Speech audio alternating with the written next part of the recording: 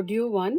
Name of the book: Health, Wealth and Spirituality. Healthcare and Spirituality. Health has become most sought and precious asset these days. Even if one does not have any ailment or health problem today, he or she is not sure of remaining fit in the near future too. The fear and risk of physical and psychological diseases and disorders in the present times are unprecedented. The causes are numerous: air-water pollution, variety of viruses, food adulteration, use of pesticides and other hazardous chemicals in day-to-day life in several forms, stresses of traffic, workload competition, financial insecurity, terror attack. What to control, what to change and how. Everyone who thinks is confronted with these concerns in one way or the other. The rising cost of medication, hospitalization and health insurances adds to these concerns. Everyone who's health conscious is in search of some guidance to minimize the risk to his or her health. Many doctors and medical scientists too have geared up with new interest in finding risk-free viable solutions. The upcoming trends of healthcare underline the need for holistic or multidimensional approach. The World Health Organization defines health as a state of physical, mental, and social well-being, and not necessarily the absence of disease and infirmity. In a popular article, Dr. H.S. Vasir, Head of Cardiology Department of All India Institute of Medical Sciences, has pointed out the need of a fourth dimension: spiritual well-being. He asserts that spirituality energizes the other component of health, namely physical, mental, and social. Similar views are also expressed by several other doctors of international repute. For example, in one of his review articles on research in spirituality and health, Dr. Joel, Director of Outcomes Research in the Department of Internal Medicine at the University of Cincinnati, USA, has said, "We tend to focus just on what medical professional can address: physical functioning and mental health. In the scheme of things, I think spiritual well-being is also an important component of someone's quality of life. Without spirituality, no resource or support, be that physical vigor, mental sharpness, or prosperous social status, can ensure positivity and righteousness in one's interpersonal dealings and responses to life's many pressures and challenges and consequent stresses." The conventional approach of clinical health cannot take care of tensions and stresses. Tension and stress are two universally recognized causes of a wide range of diseases, gripping larger and larger sections of the developed, urban, and upper middle class of the world. The other sections of the human society too are not free from their clutches. Stress is no longer regarded as an only psychological problem.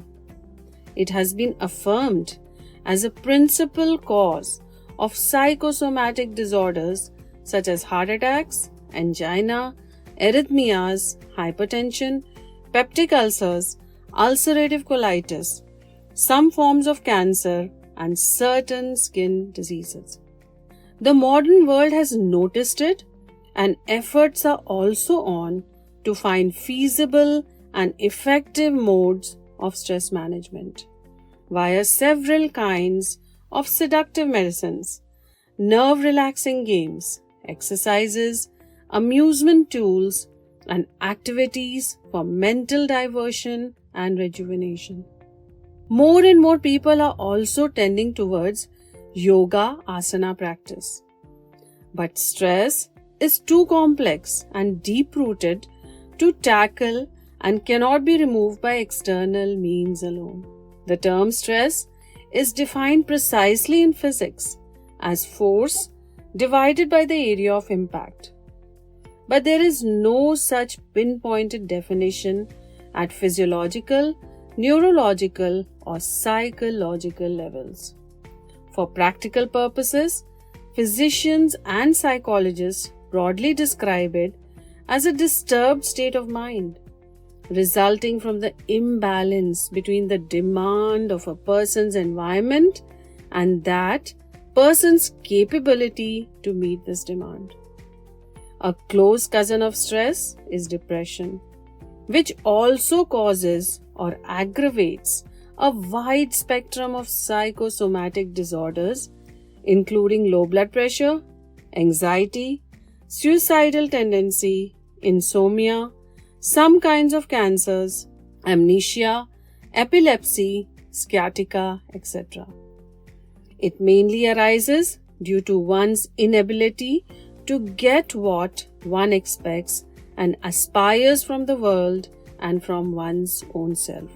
Neither modern medical science nor any alternative medication has been able to cure stress and depression without incorporating some sort of psycho-spiritual healing. But then a natural question arises: how spirituality could help combating these problems? In what respect would it be different from and would complement use of psychiatry and clinical psychology? Still broader question is, what should be the mode of incorporating this new dimension into healthcare modules? Can healthcare system ensure health for all by focusing on this component?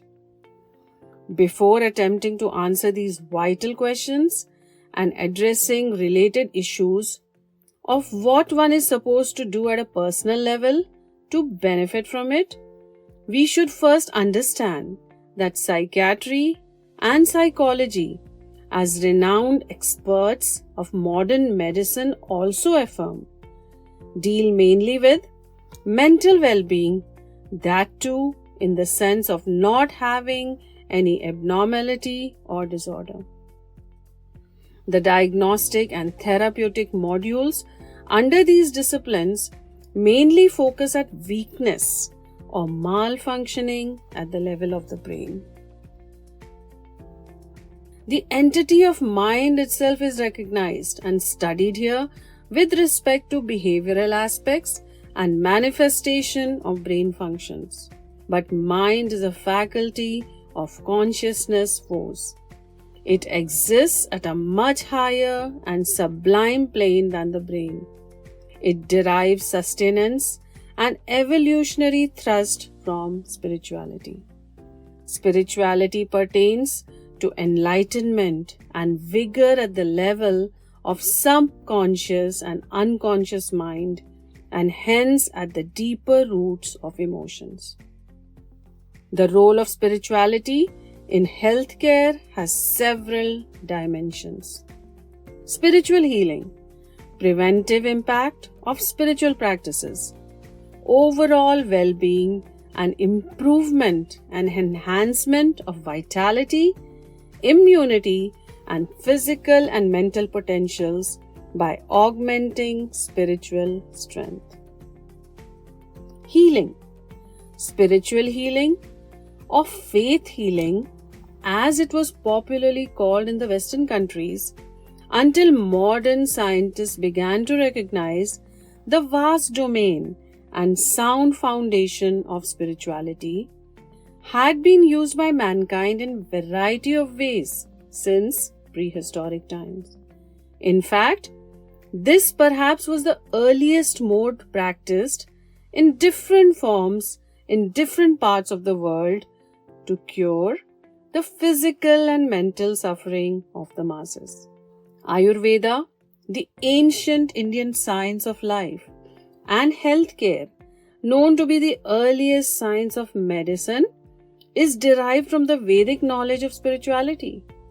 Mantra therapy, yoga therapy, healing by the vital spiritual energy of the yogis, saints, and spiritual masters. Prayers have been an integral part of treatments recommended and practiced in ancient India. Ayurveda's pharmacology too, in its original form, relied on awakening the vital power of herbal plant medicines by spiritual practices. Ancient Chinese science of medicine also incorporates similar approaches. Prayers, touch healing by the masters has also been common to the ancient healing practices in almost all parts of the world. Pranic healing, hypnosis, Reiki, etc. are revived forms of these modes of treatment, which are being popular among the health-conscious people these days. Also, across the globe, most people pray for fast recovery and vigor when they themselves or their near and dear ones fall sick. Some medical centers and research groups have also taken up to thoroughly investigate the effects and scientific basis of spiritual healing practices. Preventive care, we all must have experienced it in our day-to-day transactions that a relaxed and balanced mind is more productive than one that is agitated and tensed. Tension and stress may lead to wrong decisions and further aggravate the negativity and consequent risk of disturbing mental and physical health. So we must prevent the causes of stress. Conditioning and training of body and mind is the foremost requirement to achieve this. Spiritual disciplines and practices are universal modes for preventive care and healthy development of mind and body. Spirituality is the essence of all religious teachings. It should not be confused with observance of rituals, communal customs, ceremonial sacraments, and doctrines.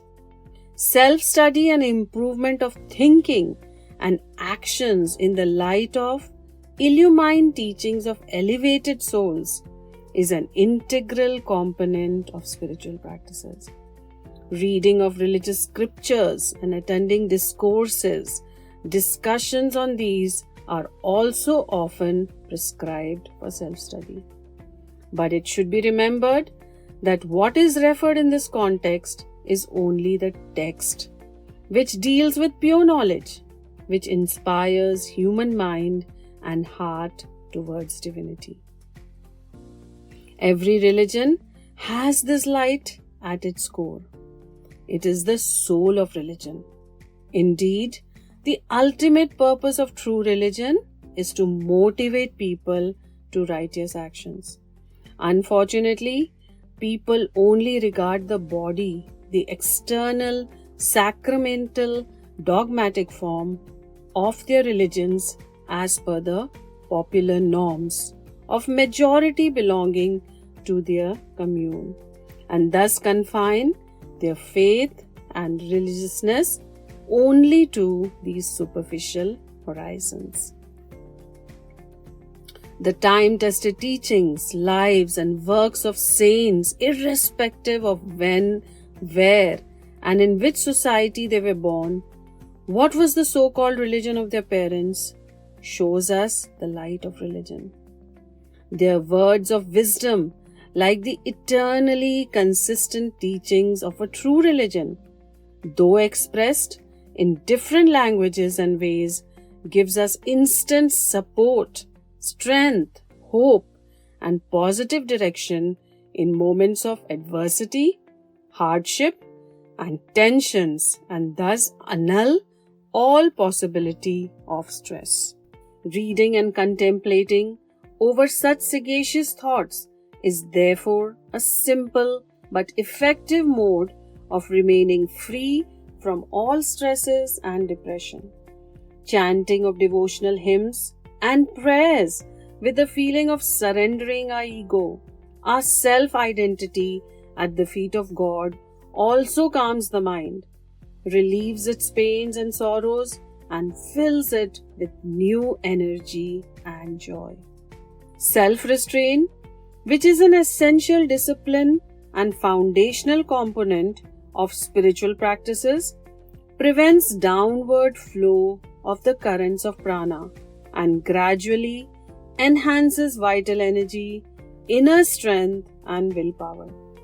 A spiritually fit person is therefore not only free from stresses, depressions, and all emotional and mental complications, and protected from dissipation of his vital energy and hence all infirmities, but he or she also becomes physically and mentally stronger, alert, and dynamic. Yoga exercises are also parts of spiritual practices for sustenance of healthy and hardy life. Meditation is a higher level yoga that not only calms and rejuvenates the mind but also gradually awakens and prepares it for spiritual progress. We must give ourselves a chance to experiment with the above stated spiritual practices. It will also help cultivating a positive temperament to see the good indwelling within and pervading around us. Progress. Spirituality, because of its reach into deeper depths of emotions, has intense impact on one's aspirations and thought process. Spiritual attitude trains us to live harmoniously with our environment and to meet the challenges of life at personal, familial, professional, and social levels. It thus elevates clarity and focus of mind and sharpens its incisive intellectual potentials. Yoga, in its totality, is a practical science of spiritual progress. It makes you realize yourself and know and use your total potentials and powers. Once your mind is trained to recognize all this with the help of meditation and other higher level yogic endeavors, all your selfish desires, ambitions, attachment, greed, envy, anger, negative instincts loosen their grip and are gradually uprooted completely. This unfolds the beginning of absolute well-being. Wealth and spirituality. Because of its materialistic connotation and worldly nature, wealth is often a debatable issue in the context of spirituality. Many people regard wealth as an antithesis to spirituality. Religious preachings and lives of saints also espouse austerity and renunciation. But in spite of their faith and respect for such teachings, most people will find it hard to even think of living without substantial worldly resources. More so in today's world, when smooth discharge of primary duties like good education of children, youngsters in the family, or educate health care of elderly parents itself demands sizable incomes. What to do then? Sometime or the other, this puzzle must be churning the minds of all those who think. Till the past few decades, the scenario continued to be overshadowed by materialistic attitude that mushroomed with massive industrial growth and urbanized civilization. Majority would not have bothered to care for the role of spirituality in human life. However, the rising trends of disharmony in the families, social conflicts, psychosomatic problems, general feeling of insecurity have now made people realize that some links of life have got missed, somewhere in a single track pursuit for money, name, fame, and lavish possessions. More and more people are now getting interested in knowing and practicing spiritual principles in their quest for stress-free modes of work and fulfillment. It is therefore in the fitness of things to look at affluence and prosperity with perspective of spirituality. The Vedic Indian culture attributes wealth as one of the four vital accomplishments of human life. Dharma, Artha, and Kama are the foundational pillars of human life, aimed at ultimate enlightenment and transcendental ascent. Moksha. Dharma refers to righteous conduct and performance of altruistic duties. Artha is the source of attainment of worldly resources and prosperous progress. Kama means creative zeal for pleasure and fulfillment of desires. A rishi says, Vidya dadati vinayam, vinayata yati patratam, patrata dhana apnoti, dhanat dharma tato sukham, implying, apart from its other benefits, knowledge endows one with humility. This adds to one's qualities which enable one to earn dhana.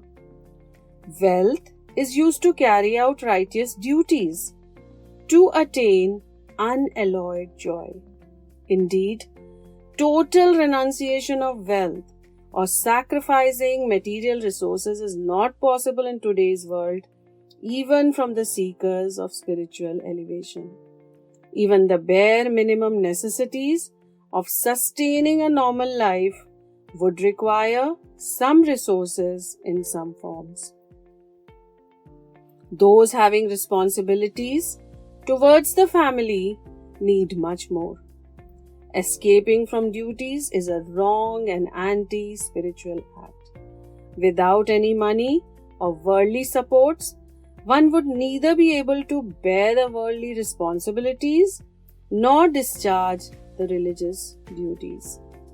Ancient scriptures enunciate multiple facets of this issue, which are reinvestigated and guided by some noted thinkers of the present times. Lakshmi, the goddess of prosperity, is referred in Hindu mythology as the better half of God Vishnu, the almighty preserver, protector, and eternal guardian of the universe. Lord Vishnu would not have been able to run the world without Lakshmi. You will always find the idols of Narayan and Lakshmi both enshrined in the temples. So what this depiction teaches us is that the worship of God is incomplete without Lakshmi. We must understand here that worshipping of God is not confined to rituals in the temples with devotional prayers. More essential is to worship His creation by making the world a better and a happier place, by offering benevolent service and help to fellow beings, by protecting the other life forms and the orderly system of nature. Our efforts in this regard would mostly be worldly acts, for which we would need potential support and resources, including money. The Almighty certainly would not like to see His crown prince, the human being, deprived of anything. He has endowed the human body and mind with marvelous faculties and has provided abundance of resources in the manifested nature, so that everyone could live with dignity and proceed on the path of evolution.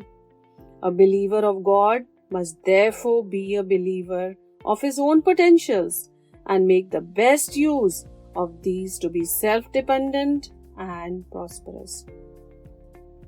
Daridrita, poverty because of lethargy, wrong attitude, negativity, or bad habits, is a spiritual defect. Not having money or not making any effort for earning or managing wealth is in no manner a sign of austerity or sacrifice. Austerity and sacrifice in the truest sense are linked with detachment from selfish possession and passion for lavish comforts. In fact, earning and expanding wealth by augmenting the necessary talents and by using proper means and spending it righteously for good purposes is highly regarded as part of dignity of human life. Spiritual attitude nurtures this dignity.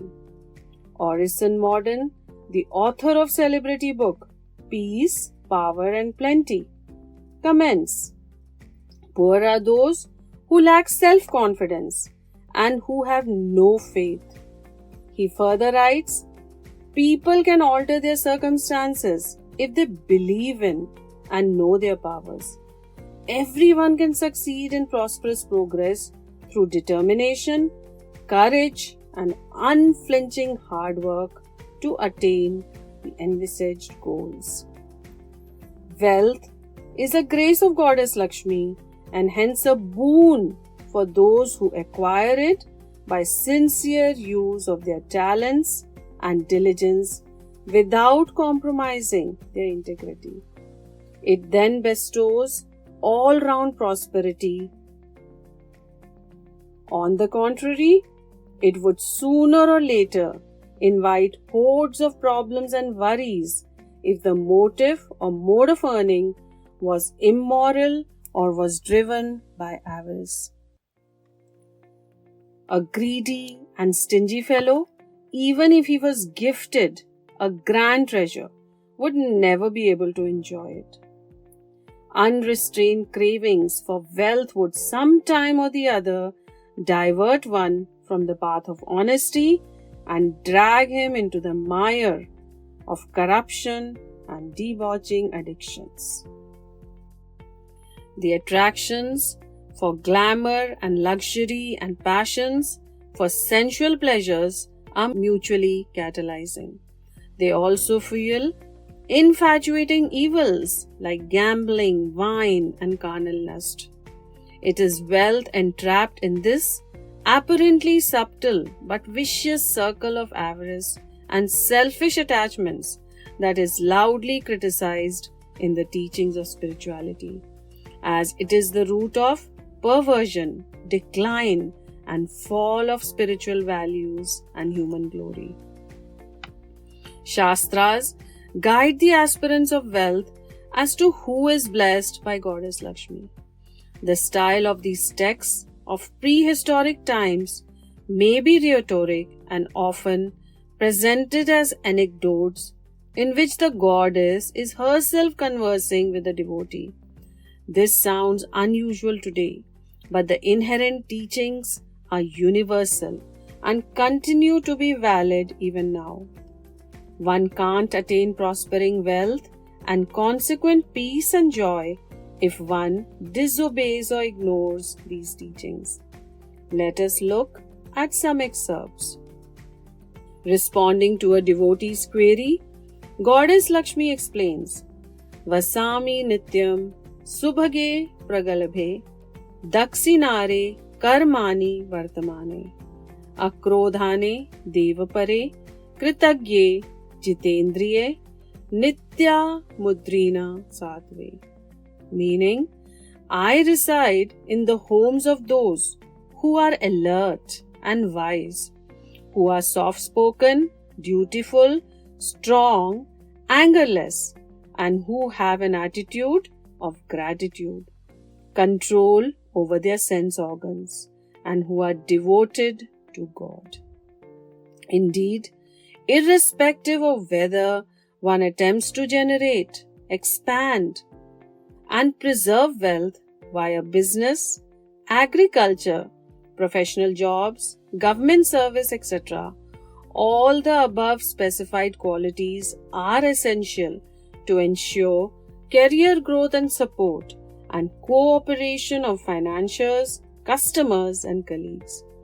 Devotion to the scriptural disciplines is not possible without cultivation of integrity of character, sincerity, and sensitivity with inner strength. These virtues are necessary for personal growth and sustained success.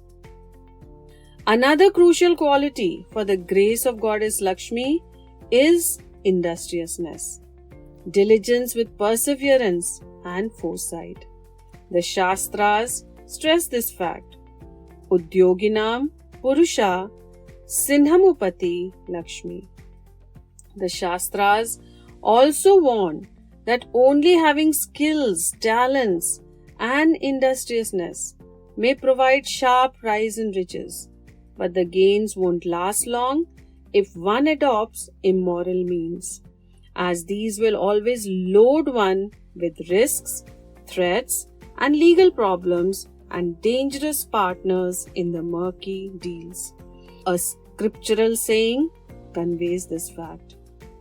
Sthayita punyavatagihi suniti pathvidinam grihastanam nipanam va putravat palayami tan. Meaning, I am always there only with those who attain wealth by moral means and use it in noble deeds. I protect and look after them like my children.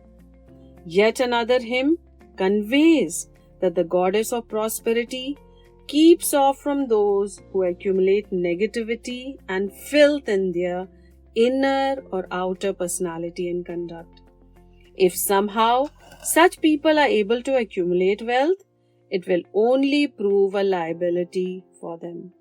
It will disrupt peace of mind and pile up adversities rather than any real joy in their lives.